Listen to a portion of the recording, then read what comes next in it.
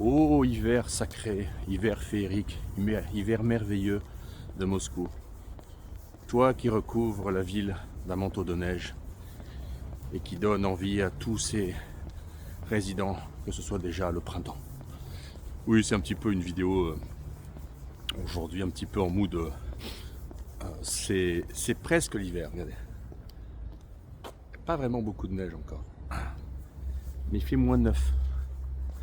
Je m'entends vous dire que ça pèle. Puis là, j'ai encore pris des risques. Je suis en basket d'été. Et je vais faire le tour. Vous avez le temps de voir ce qui est gelé. Alors si je me casse pas la gueule. Alors aujourd'hui, une petite vidéo en direct de Moscou. On est le 14 décembre 2025. Le 14 décembre 2025. L'hiver a commencé très tard en Russie. Regardez, l'étang de Novospassky a commencé à geler. Il y a une fine couche de glace. Faut pas aller marcher là, parce que c'est hyper fin, ça pète. Et avec l'hiver et le froid qui va arriver sur fin décembre, janvier, février, puis on pourra aller faire du patin dessus. Les gens vont aller pêcher aussi. Je déteste la pêche, mais les Russes aiment beaucoup la pêche. Ils pêchent partout, dans les lacs, dans les rivières, dans les océans, partout. Où ils voient un trou d'eau, ils vont essayer de pêcher. Ils sont très branchés pêche. Descente gelée là, très bien. Voilà, c'est beau hein. Aujourd'hui, une vidéo. Je me suis levé ce matin, je me suis dit, faut que je fasse une nouvelle vidéo sur les contradictions russes. Vous savez que j'ai entamé sur cette chaîne YouTube une série de vidéos qui essaie de décrypter les contradictions russes. Quelles sont-elles ces contradictions russes? Et la Russie est un grand pays dans lequel il y a énormément de contradictions, des choses qui paraissent pas pouvoir aller ensemble, mais qui, parce que c'est la Russie, vont ensemble. Il y a beaucoup d'explications à ça, j'ai expliqué ça dans mes précédentes vidéos.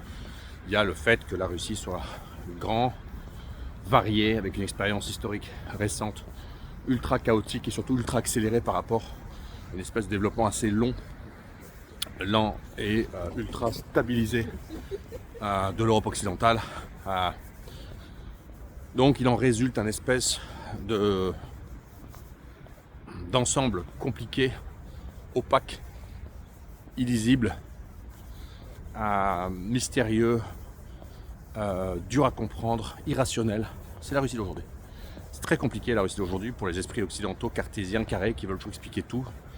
On se heurte beaucoup à ça avec les Français qui viennent, mais pourquoi c'est comme ça?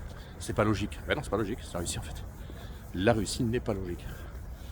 Donc aujourd'hui, une contradiction fondamentale, essentielle, subtile, dure à comprendre entre l'espèce d'obsession à la stabilité qu'on connaît en Russie, l'obsession à la stabilité que les élites russes, Poutine le premier, promeut et met toujours en avant, la stabilité, et paradoxalement une espèce de culture profonde ancrée d'acceptation, forme de soumission et d'adaptation rapide à l'hyper-changement. Comment est-ce qu'on peut être dans une société, on peut avoir une société russe qui est focalisée sur la stabilité, qui veut que rien ne change, et une société qui s'adapte très rapidement, fondamentalement, au changement. Je vais prendre un escalier gelé et je vais tenir parce que je me casse la gueule en l'air. Regardez-moi. Ah, vous allez vous foutre de ma gueule. Là, j'ai promis cet hiver. Toutes les vidéos où je vais tomber, parce que quand on filme des vidéos, le Frussien, on regarde pas, on marche. Je ne peux pas filmer comme ça.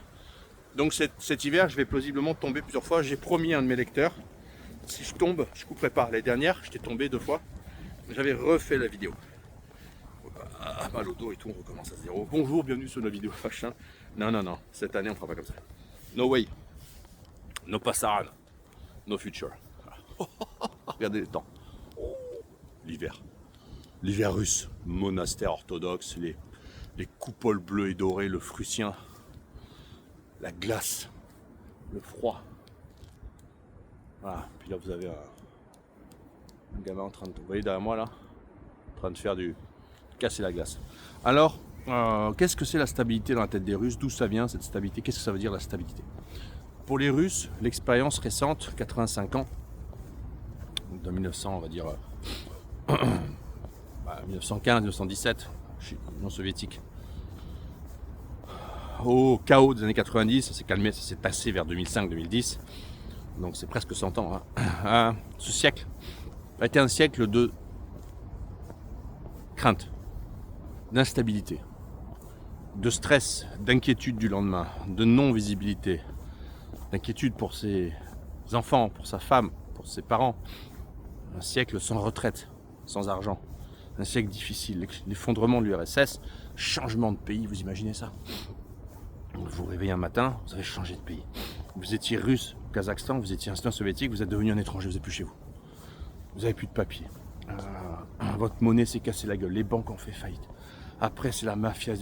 C'est que des chocs terribles, auxquels en plus on n'est pas prêt, parce qu'on sort de l'URSS, donc on ne sait pas bosser. Les Russes savent survivre, mais l'URSS n'a pas créé de réflexes économiques, n'a pas créé de capacité entrepreneuriale, de capacité créative, pas créé une culture de l'innovation. Rien, il n'y avait rien de tout ça. Il y avait les plans d'État, donc les gens étaient habitués à marcher en meute, en groupe, schématise bien sûr. Il n'y avait pas que du mauvais dans l'URSS, comme a dit Poutine. Les gens qui regrettent l'URSS n'ont pas de tête, ceux qui ne la regrettent pas n'ont pas de cœur. Le boss. Mais globalement, il y avait quand même ça. Donc les Russes, en fait, en sortant de tout ça, ce qu'ils considèrent comme la stabilité, c'est quelque chose dans lequel il y a de la lisibilité. Par exemple, les retraites sont versées. Elles ne sont pas grosses. Ouais, mais elles sont versées. Ouais, mais c'est stable. Ouais, mais on peut compter dessus. La stabilité... Je rigole pas, la stabilité, c'est le fait de pouvoir, à minima, savoir où on va et de se dire que de toute façon, l'alternative à la situation que l'on connaît, l'alternative potentielle, selon toute vraisemblance, serait pire. Donc, qu'est-ce que vous faites quand vous avez le choix entre le pas bien et le pire? Vous prenez le pas bien. Et quand vous avez le choix aujourd'hui en 2025 entre le relativement bien et pire, vous prenez le relativement bien. Donc, vous gardez le système tel qu'il est parce que ce système a ses défauts, a ses modes opératoires propres. Ils sont absorbés, compris, intégrés par les gens, adaptés. Et les gens ont de la lisibilité, ils ont de la stabilité. En fait, la stabilité en Russie n'est pas du tout comme en Europe. Quand on parle stabilité, on n'est pas du tout dans une logique de stagnation. Il faut bien comprendre ça. Ce que les Russes intègrent quand ils entendent le terme de stabilité, la stabilité, c'est pas ça. La stabilité, c'est une forme de maintien institutionnel des cadres, des modes opératoires. Je vais faire demi-tour. C'est quelque chose qui fonctionne. Et ça ne veut pas dire qu'il ne se développe pas, ça ne veut pas dire qu'on ne s'enrichit pas, pas du tout. C'est pas du tout la stabilité sur le plan, on va dire, de la croissance économique. D'accord? Donc, ce que les Russes intègrent par stabilité, c'est le maintien d'un cadre fonctionnel qu'ils maîtrisent, comprennent, qui ne leur pose pas de danger, pas de risque, imaginez-vous, de ce qu'ils ont vécu, de quoi on sort. Et c'est ça. Donc Poutine dit la stabilité, qui dit il n'y aura pas de révolution, c'est parce que les Russes n'en veulent plus. Les Russes ne veulent plus de révolution, ils ont déjà eu tout ça, ils ont fait tout ça, ils n'ont plus envie, ils ont déjà passé tout ça. Ce vers quoi l'Europe va entrer maintenant, plausiblement, malheureusement, les Russes l'ont déjà vécu, et ils n'en veulent plus, croyez-moi. Ok? C'est clair ce que je dis ou pas? Parce que des fois je fais des vidéos, j'ai des commentaires stupides, et j'en ai vraiment marre de devoir répondre à des commentaires stupides qui font répéter des phrases simples, où il y a 6-7 mots dans la phrase, et j'ai l'impression que les gens ne comprennent pas. Si vous matez mes vidéos en repassant ou en vous faisant je sais pas quoi d'autre, c'est sûr que des fois ça n'intègre pas. J'essaie de parler simplement, de choses simples, c'est des choses subtiles à expliquer, mais ça nécessite un peu d'attention. Voilà. Donc, la stabilité. Après, la culture du changement. Logiquement, de par l'histoire que j'ai mentionnée, ce siècle fou, les Russes ont toujours été obligés de s'adapter, de subir, de devoir faire avec. De devoir se reconfigurer. Et donc ça a développé chez les Russes, vous voyez cet immeuble là, c'est un immeuble stalinien typique, il est magnifique, il a été construit par les prisonniers de guerre allemands, et il me plaît, il est rose comme ça, il déchire sa race. C'est pas un truc LGBT hein.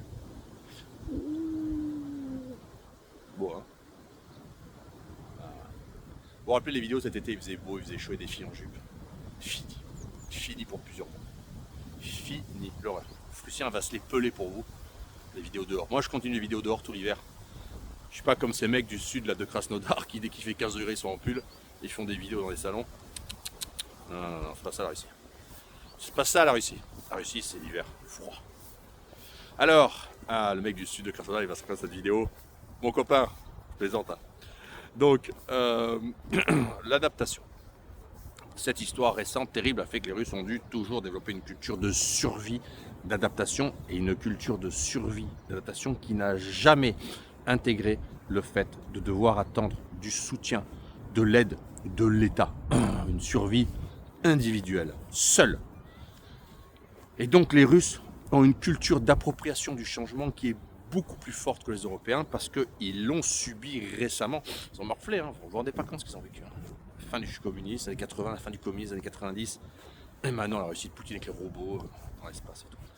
Ça va très vite. J'ai déjà parlé de l'accélération de l'histoire russe. L'histoire russe est une histoire accélérée par rapport à l'Occident. Elle va plus vite, la Russie se développe plus vite, évolue plus vite, mute plus vite, les gens changent plus vite. Il y a ça en Chine aussi. Si vous regardez les tailles des gens en Asie, les gens changent, la société a changé, les gens sont devenus beaucoup plus grands. Rapidement, en 15 ans, 20 ans, ils ont pris 5-10 cm, tout a changé.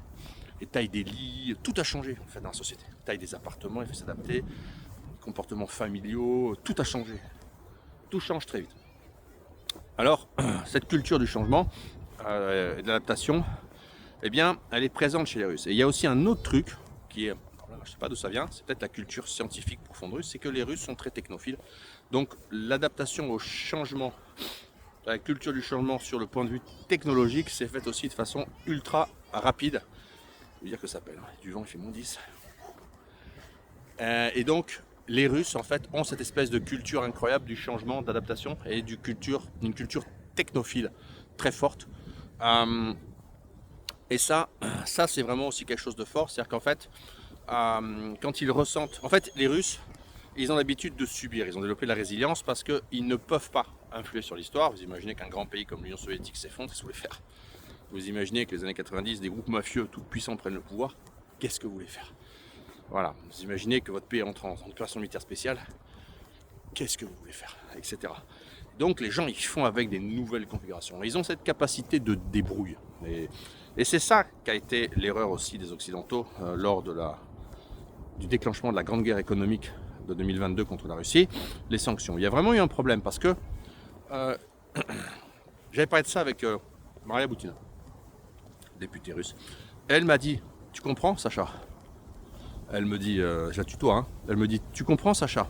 Nous, les sanctions, on a vu ça comme un challenge. C'est un challenge personnel. Et en fait, ils se sont challengés les Russes pour contourner les sanctions. Ah oui. Ils vont pas se laisser se la faire mettre dans les fesses et dire merci en plus. Hein? Non. Ben non. La mentalité russe n'est pas celle-là. La mentalité russe, c'est ok, c'est comme ça, on va faire avec, on va s'adapter. Et donc, ils se sont retrouvés, ils ont été ingénieux, rapides, percutants, développants pour s'adapter. Ils y sont arrivés. C'est en partie parce qu'il y a cette mentalité russe là que la guerre économique contre la Russie a échoué, que c'est une victoire russe totale, c'est le chaos. Hein. Parce que les sanctions occidentales ont fait plus ou moins à l'Occident qu'à la Russie, c'est quand même fort. Hein. Je vous mets un coup de poing, je vous rate, enfin, je vous effleure, mais je me suis luxé l'épaule. C'est ça hein, le coup de poing occidental économique contre la Russie. Hein. Je vous mets une bonne droite dans la gueule, j'ai raté, c'est passé à côté. Par contre, je me suis niqué l'épaule. Bon bref, donc cette mentalité. Et cette mentalité-là, elle s'est développée. Donc les Russes ont cette mentalité d'adaptation, ont ce comportement très technophile qui les pousse dans l'avenir très fort et qui les fait être adaptés aux nouvelles sociétés telles qu'elles vont apparaître partout. Hein. Après, on peut vivre dans le Larzac, faire du fromage, et puis on a un écran plat sur la télévision qui est fait en Chine, on a une voiture faite en Chine, on a un téléphone fait en Chine, on va se chauffer, on a du bois ou du gaz russe. On peut vivre comme ça. Moi, chacun a ses styles de vie. Mais à ce moment-là, on est certain que son pays ne sera plus jamais une puissance mondiale, on est certain que son pays va s'appauvrir, on est certain que son pays va morfler, on est certain que ses enfants seront plus pauvres, etc. Maintenant, c'est un choix de vie. C'est un choix de vie. Un choix de vie. Comme dit OSS 117, il s'agirait de grandir. Il s'agirait de grandir. Bref. Donc, situation. Donc, ambivalence, contradiction russe forte entre la culture du... la culture de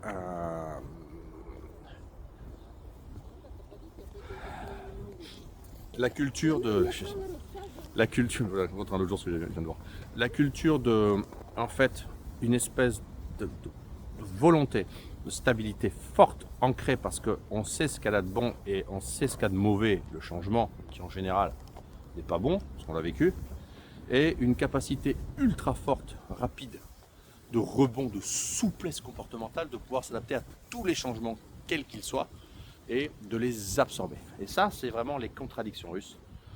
Et c'est pour ça qu'en Russie, vous avez souvent un discours public des autorités d'en haut qui promeut des choses et qui martèle des grands principes, et souvent dessous dans la société, que ce soit l'économie, que ce soit les mœurs, etc. Vous avez un mode opératoire différent. On accepte le discours officiel parce qu'on comprend que c'est ce vers quoi on tend et il faudrait tendre, et on est plus ou moins d'accord. Par contre, on sait que dans la pratique, il y a quand même de grandes adaptations, donc il y a un grand écart. Voilà. Contradiction russe. Stabilité et changement. C'est tout pour aujourd'hui. J'espère que cette vidéo vous a plu. Dimanche matin, Moscou, la neige. Moi, ça doit se passer moins 10. Et j'espère que si cette vidéo vous a plu, vous allez vous abonner à ma chaîne YouTube. Vous allez liker cette vidéo, mettez un pouce comme on dit chez les Frenchies, chez Radio Courtoisie, et vous allez pouvoir apprendre sur la Russie d'autres choses. Je vais continuer tout l'hiver russe à faire des vidéos de Russie, des vidéos sur la Russie, des vidéos en extérieur, des vidéos sous la neige, dans le froid. Je vais vous montrer ce que c'est, comment les gens sont habillés, comment avec les enfants, comment il neige. Je fais des vidéos. Je préparais même un truc pour couvrir mon téléphone en cas de chute de neige. Je fais un truc de fou ça, cet hiver. On fait des vidéos. Pour vous, parce que je sais que vous kiffez, certains d'entre vous, les vidéos. Et bien sûr, il faut continuer à regarder. C'est tout pour aujourd'hui. Je vous dis à très bientôt pour une nouvelle vidéo sur ma chaîne YouTube. Et je vous laisse avec cette image de l'étang du monastère Novospassky, sur lequel bientôt je filmerai. Vous verrez qu'il y a des gens pêchent et des enfants font du patinage. À bientôt pour une nouvelle vidéo sur ma chaîne YouTube.